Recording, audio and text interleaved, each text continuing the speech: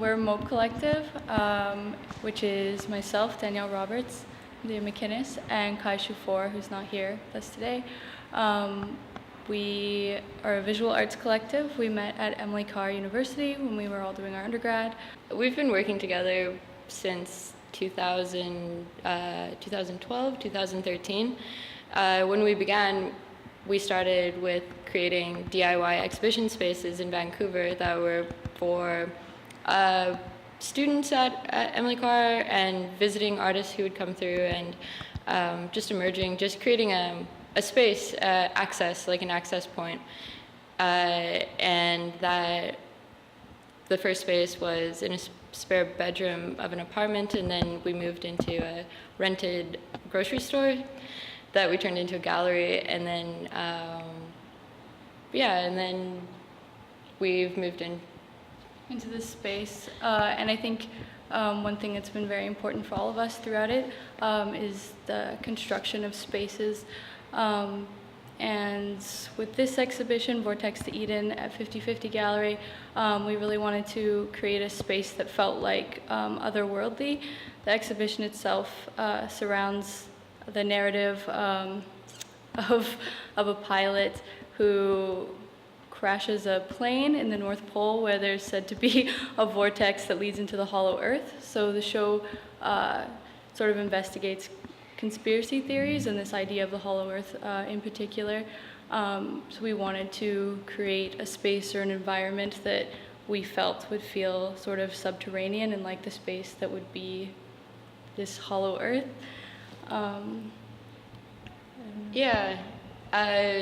So using conspiracy theories and this narrative in particular became a wireframe for us to investigate these other socio-political, philosophical ideas of truth-making, understanding how people come to understand like their realities, their ways of being in the world, such as these stories that we tell ourselves every day that form our identities and our relations with each other, and like media in a broad sense of just like everything that we're taking in. I think that these stories, conspiracy theories like pseudoscience, can get swept away, but the basis of it is almost endearing in some way of just trying to make sense. Like how do people come to make sense? It's like grasping at straws, and also in making this interior hollow earth, this world, we're investigating the impossible task of portraying like a utopia, and sort of critically imagining a utopia through abstract painting. Yeah, and so Leah and I work together. We make these paintings while working simultaneously on the same surface, and I guess we sort of call them, they're like abstract landscapes. Yeah, like lyrical abstraction. We don't have a plan when we start, but we've created a visual language now from working together that we can decipher when a space is being formed, and then working at a large scale really suits us. We feel it seems like there's always like that magic moment when you can step inside, and then once we agree if that is like a good space or not, then we'll develop it and then add more like literal, figurative things such as like the foliage, plants, and that almost ground it into being a believable space. And definitely, like as you said, like creating paintings that you feel as if you can step inside of them, which I think like contributes to our intention of having the space be like its own world. I suppose. Yeah, a critical world too. When we were developing this exhibition, we we're thinking about utopias as like not existing, and like your idea of this place, it can never be achieved. You can never have it, and like mine might be completely different than Danielle's, but we chose to like suspend that disbelief. And also in history, histories of literature, these utopian stories, or when they're described, they're most often using elements from our world. So this stretch to like, how can you imagine like a better world when it has all the elements of things pre-existing? And perhaps our mode of abstract painting could open that up as creating worlds that are other, like potential. Yeah, and I think something else related to that idea of taking things that pre-exist in our world that would be related to a utopia comes back to sort of in our working together. We have a lot of kind of like would you say like sarcasm maybe? Like we kind of hint at like mockery and poking fun at things, and I think that's where the MOPE money that is lying around throughout the exhibition sort of comes from, relating to, I don't know, like currency and I mean, like from like the high like art world as like this opaque mass, perhaps, like with knowledge that we're participating within it, like that, and like pop culture references and like art historical references and like literature, TV, like YouTube videos, like all of these things, we shuffle through them with the same sort of critical smile, I think. The MOPE money currency is almost a very direct link to our other collective member who has started like trading in cryptocurrency, and we're like, money, the greatest conspiracy of all. And then the choice to put our faces on it, I mean, it's all like with just winking, I guess. Like it's thinking of like ideologies of us working together. I think like how like being able to like create like a fun carnivalesque almost experience for us is like the most important thing. Like before how we all came together was we're friends first, and like that's what is the driving force like in our practice together now. And so I guess Kai, because he couldn't be here, wrote a poem. Do you want to share it? Yeah, I do. Yeah. Since we're on the subject of Kai. Yeah.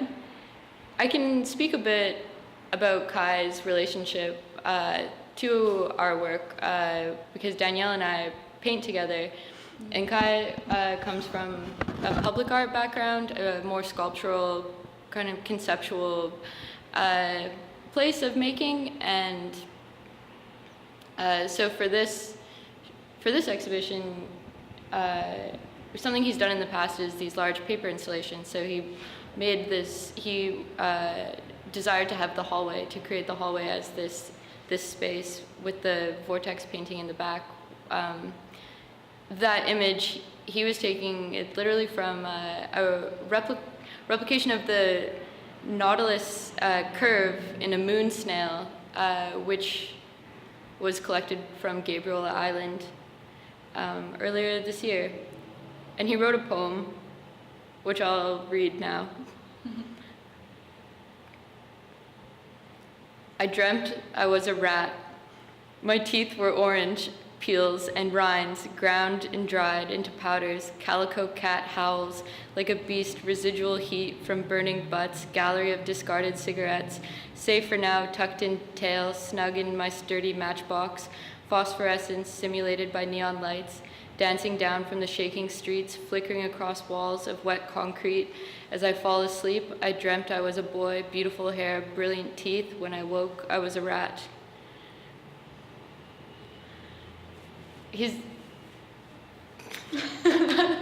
I'm not sure what else to say about that. We can, the night when we left this exhibition, we went home together and we were already planning our next show.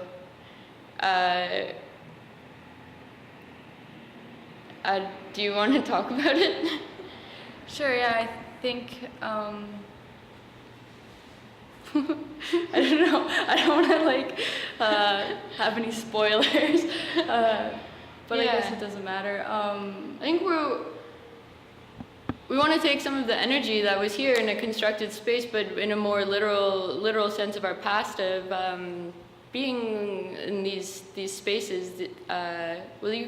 They both grew up on the coast. I'm originally from northern Alberta, but I think something that was central to all of our upbringings and our ways of thinking is like the campfire. This idea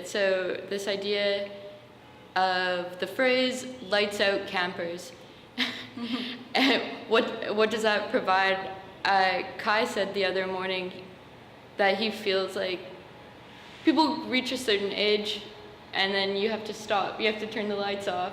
And then so, in keeping in our kind of satirical, kind of bratty way of working, what is the forever camp, the camp where you don't turn out the lights. And in that exhibition, we're going to create the work, all three of us, rather. In the past, where Danielle and I would do this painting practice together, and then Kai would come in with his magical pieces. We're really looking forward to doing it together. Working together from the start. Yeah, I think what was most exciting for us about doing this exhibition was to have the space and then to kind of build around it. And I think like with the Lights Out Campers exhibition that we hope to do, we're coming at it from, like, I guess, starting at that space to begin with. That it's going to be basically building the wilderness, building like wilderness. Yeah, and bring it into the gallery space. And interactivity, I think, will be an element of it. Yeah, because it seems to happen all the time with our exhibitions. People end up interacting with the space a lot. Which we never predict, but we're always like happy to see that happen.